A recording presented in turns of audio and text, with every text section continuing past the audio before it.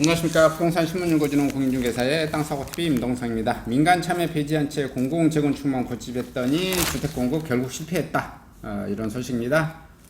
지자체장도 설득 못한 태릉골프장은 노원구청장 여당 소속인데도 반대하고 있고요.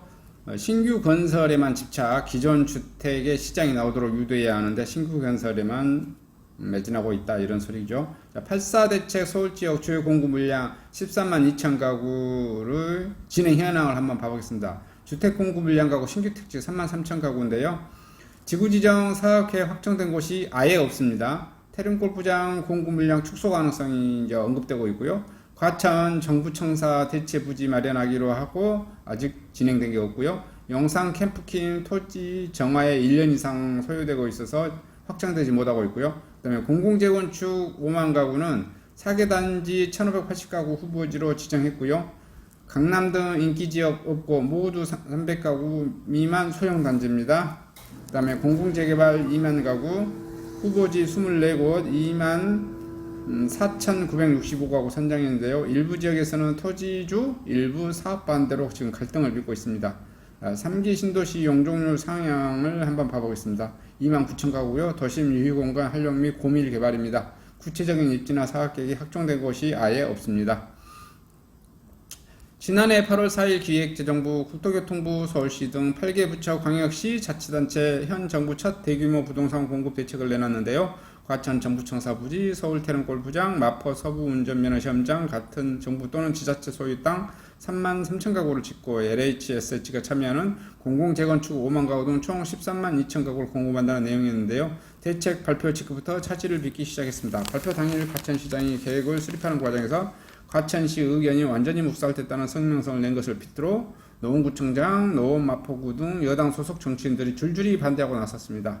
최소한 의견 수렴도 없이 발표부터 한 결과였고요. 그로부터 1년이 지났지만 8.4 대책은 여전히 헛바퀴를 돌고 있고요. 전문가들은 당초 여당 지자체장조차 설득 못할 정도로 준비가 부족했고 대책 자체도 민간 참여가 없는 공공만능주의, 신규 건설만 고집하는 기형적인 공급 대책이라는 점에서 예견된 실패라고 보고 있습니다.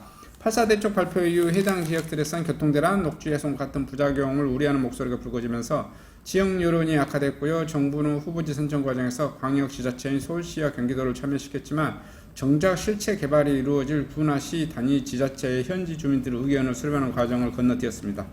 정부 차원의 부동산 대책 해당 지자체와 협의를 마친 후 발표하는 게 일반적인데 2018년에 19년에 발표한 3기 신도시 해당 시구와 협의를 마무리 후 입지가 공개됩니다. 하지만 8.4 대책은 유독 여론에 떠밀려 급하게 만든 탓에 협의가 식략됐고 지자체 반발에 정부가 끌려다니면서 대폭 수정될 수밖에 없는 상황입니다. 신규 택지 중 가장 물량이 많은 태릉골프장 일반가구 노원구가 국토부의 공급 물량을 5,000가구 수준으로 줄여달라고 요구한 상태입니다. 과천 정부청합청사는 기존 공급 계획이 백지화됐고요.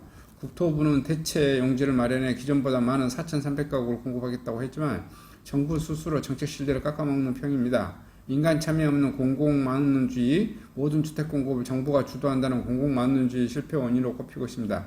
공공재건축의 대표적인 사례입니다. 공기업이 공동사업자 참여로 공공재건축 용적률을 늘려주는 대신 민간재건축보다 공공임대주택을 많이 지어야 한다는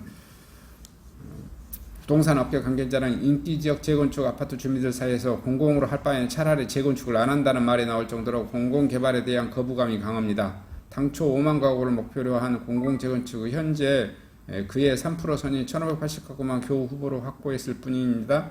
하지만 정부는 이사대책에서 공공의 개입 강도를 더 높인 공공직접 시행 경비로 사업을 들고 나왔습니다. 땅을 아예 공공에 넘기고 사업을 진행하는 방식인데 현재까지 단 한 곳의 후보지조차 선정하지 못하고 있습니다. 신규 건설만 고집해서 단기 대책을 아예 포기하고 있다. 정부가 시간이 많이 걸리는 신규 건설만 고집하는 것도 실패 요인입니다. 현 정부는 수도권에서 200만 가구의 주택을 공급하는 계획을 세웠는데 대부분 새로 주택을 짓는 방식입니다. 아무리 빨라도 2025년 이후에가 입주가 가능하다. 신경원 교수님께서는 정부가 계획한 물량의 실제 입주가 이루어지기 전까지 공백기를 메우기 위해서라도 기존 주택이 시장에 나오도록 유도할 필요가 있는데 사주택자가 보유한 주택을 팔 수 있도록 양도세를 일시적으로 완화하는 대책이 필요하는데 안 하고 있다. 뭐 이런 내용이 있네요. 신규 공급은 안 되고 서울 아파트 매물이 35% 급감하고 있어서 매매가 80% 뚝 이루어지고 있습니다. 그래서 매매는 이루어지지 않으나 거래 절벽은 매매가 이루어지지 않아서 거래 절벽은 되고 있으나 매매 가격은 오르는 상황이 되고 있다. 이런 내용입니다. 그리고 6월 빌라 매매가 급증한 이유를 봤더니 정부가 자랑하는 공공재개발이 허점이 있었다.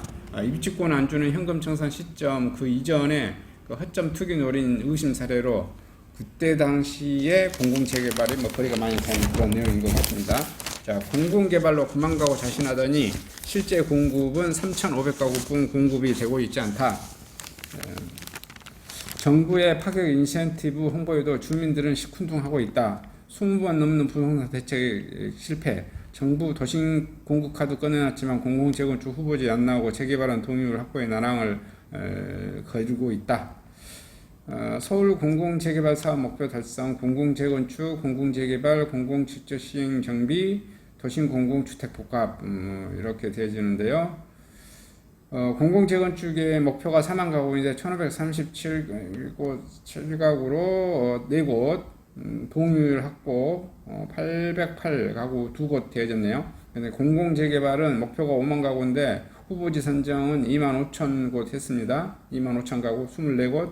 근데 현재 동의율 확보가 2,750가구에서 4곳 진행되고 있네요. 공공 직접 시행 정비는 9만 3천 가구 목표인데 후보지 선정은 빵입니다. 당연히 동의율도 빵이죠. 도심 공공주택 복합은 11만 7천 가구가 목표인데 이제 후보지 선정은 4만 5,100가구 40곳 했습니다. 동의율은 1만 한 200가구 8곳 정도 되어졌네요. 8사 주택 신규 주택 추진 현황을 보면 서울 노원구 태릉골프장 공급계획 1만 공급가구 축소가 지금 논의가 진행되고 있고요. 용산구 용산 캠프킴 3,100가구 상업 업무문화 용도로 확대하고 있고요. 마포구 상암 DMC 미매각 부지 2,000가구 주민임대주택 반발하고 있고요. 영등포구 여의도 LH 부지 300가구 주민임대주택 반발하고 있네요. 경기 과천시 정부청사 4,000가구 과천지구 등 대체부지 마련이 필요하다. 그래서 태릉, 용산, 과천 신규 택지 계획들이 다들 계획이 흔들리고 있다. 이런 내용이에요.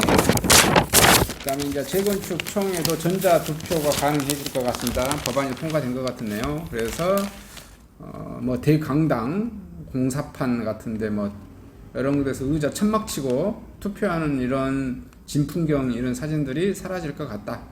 자, 허용된 재건축 재개발 전자투표가 뭔가? 기존하는 총회 의결 시 조합원 10% 이상 무조건 출석해야 된다. 조합 창립 관리처분 계획 총회는 20% 이상.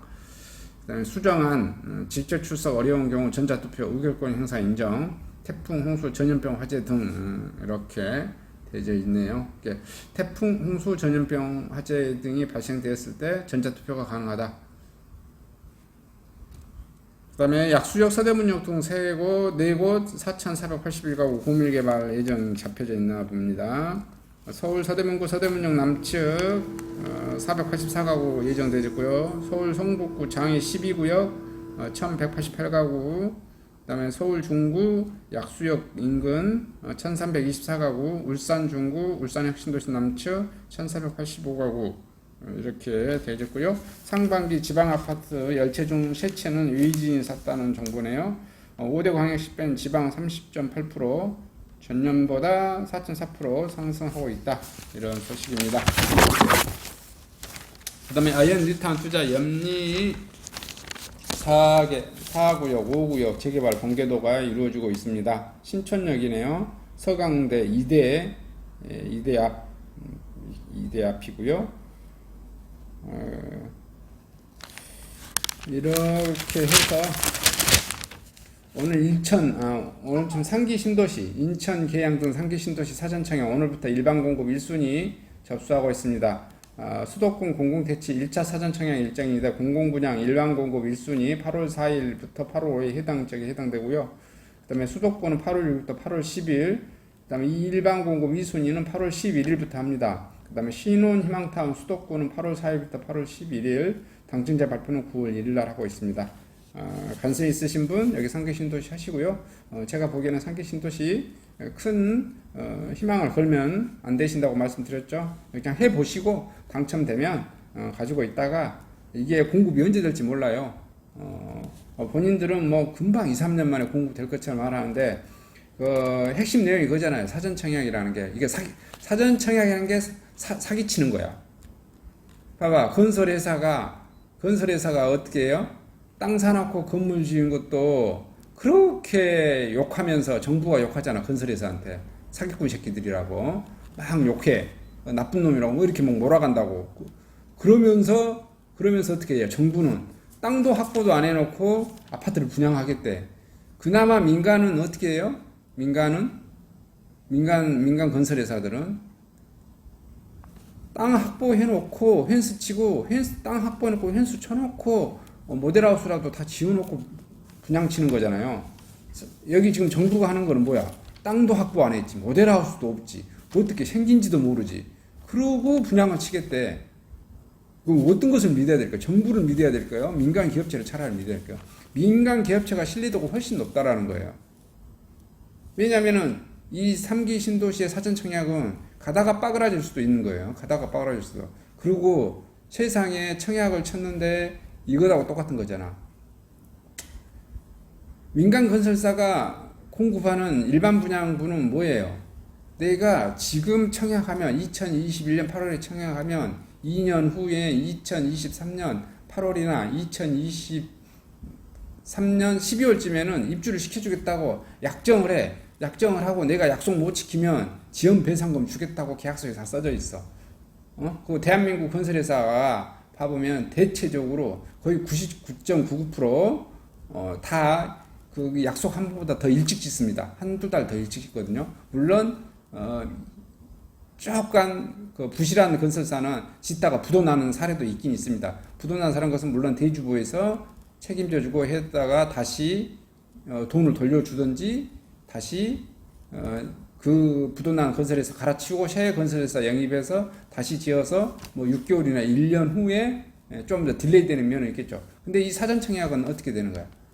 이거 언제 공급될지도 몰라. 이게 뭐 착공을 2년 후에 하는지 3년 후에 하는지 5년 후에 하는지 이렇게 무계획적인 예상할 수 없는 무한정 끌고 갈 수 없는 이런 거예요. 정부가 더 믿을 만한 신뢰성이 높은가? 차라리 일반 건설사가 신뢰성이 더 높습니까? 여러분 잘 판단해 보세요. 그래서 3기 신도시 사전 청약을 제가 뭐 정부가 하는 거라서 이렇게 뭐 반대하거나 뭐 비난할 생각까지는 없는데 당첨되더라도 크게 큰 의미를 두지 말고 그 전에 다른 일반 분양분 저 좋은 데 있으면 계약하시고 사전 청약은 그냥 포기하시라. 3기 사전 청약 신청 그냥 포기하시라 이렇게 하시는 게 낫습니다. 예비용이라고 생각하셔야 돼요. 자, 이상 간단하게 마치도록 하겠습니다. 감사합니다.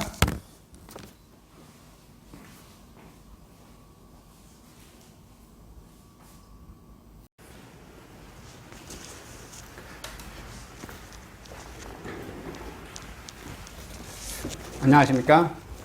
저는 네이버 카페 빛가람 혁신도시 카페를 운영하고 있는 카페직이고요.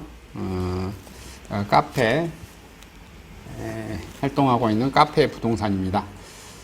나주 혁신도시에서 기반으로 하고 있습니다. 상가 토지 아파트를 전문적으로 하고 있고요.